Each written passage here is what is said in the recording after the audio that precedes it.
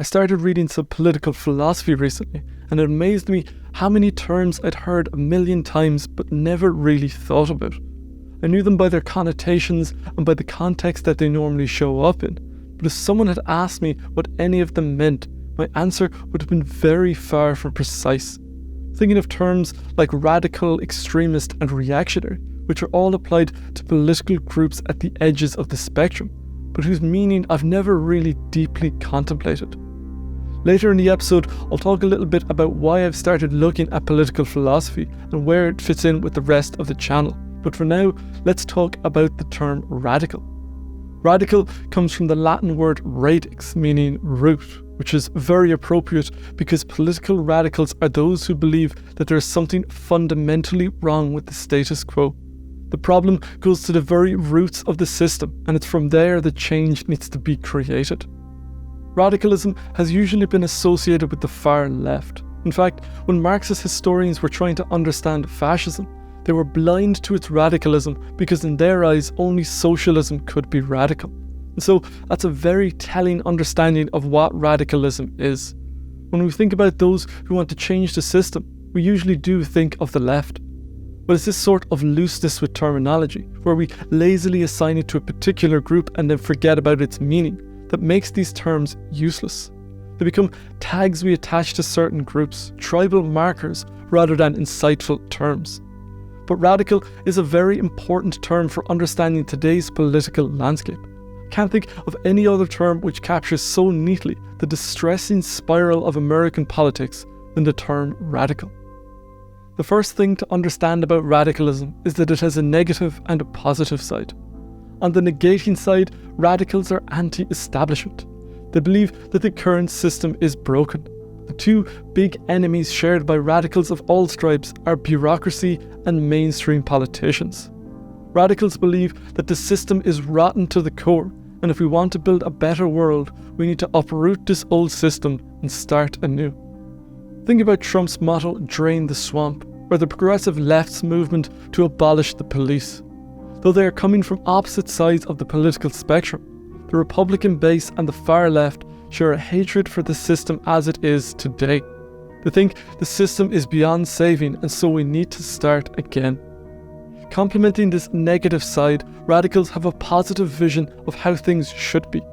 The positive vision of the far right, whether that's Trump or the mid-20th century fascists, lies in the past. Mussolini wanted to get back to the ancient Romans, and Trump wants to make America great again. Their positive vision is a return to a glorious former state. The left-wing radicals, however, have dreams of a never-before-seen utopia. Marx was not a man that wanted to go back. He was a big fan of capitalist modernity. As a Hegelian developmental thinker, Marx believes that this capitalist modernity would inevitably evolve into a communist utopia, and so he celebrated the success of capitalism across the world as the distant dawn of communism. First, the workers would seize the means of production and the state, and eventually this state would wither away into an anarchist paradise where each would give according to their ability and receive according to their need. Anarchists have a similar vision, only it's not usually seen in Hegelian terms as an inevitability of history, and they aren't so keen to have the middle phases of a new type of domination. The 20th century has provided a number of examples of where this middle phase can go a bit awry. What these left-wing radicals share is a vision of a better future. It is this future we are working so hard to progress towards. Like the right-wing radicals, they see a better future, but unlike the right, they see this future as something we progress towards rather than return to. Both are looking to cut this system up at the roots, but the roots they are trying to plant in place of the status quo are very different. This anti-establishment worldview brings about other shared traits between left-wing and right-wing radicals. One of these is the idea of mobilisation. There's a lot of common sense to this connection. If you think that the system is fundamentally flawed and in need of change, then it makes sense that if you want to have any hope of changing it, you are going to need to be organised. This is something we are very familiar with in left-wing politics. The Black Lives Matter protests and the global climate strike are part of a long lineage of radical grassroots mobilisation on the left-wing end of the spectrum. Right-wing radicalism has a different flavour. In the interwar years of the 20th century, the black shirts in Italy and the brown shirts in Germany were paramilitary groups that made the rise of fascism in Europe possible. The past few decades have seen the rise of paramilitary groups in the US. There's a lot of support for Trump among these groups, and there have even been clashes between these militia and left-wing protesters in the last few years.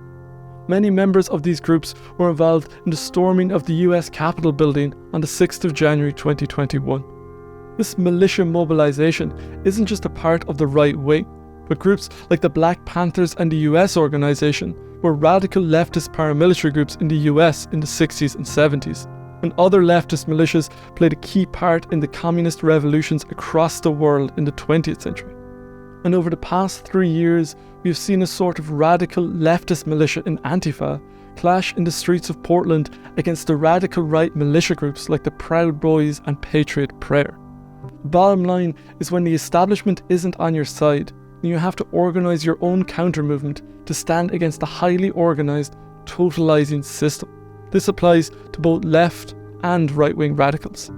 This term radical is critical for understanding the political landscape we're living in today, and so it seemed worthwhile to make a short episode on it to clarify what I understand by the term so it can be referred back to in future videos. Going forward, I want to integrate a bit more political philosophy into the channel.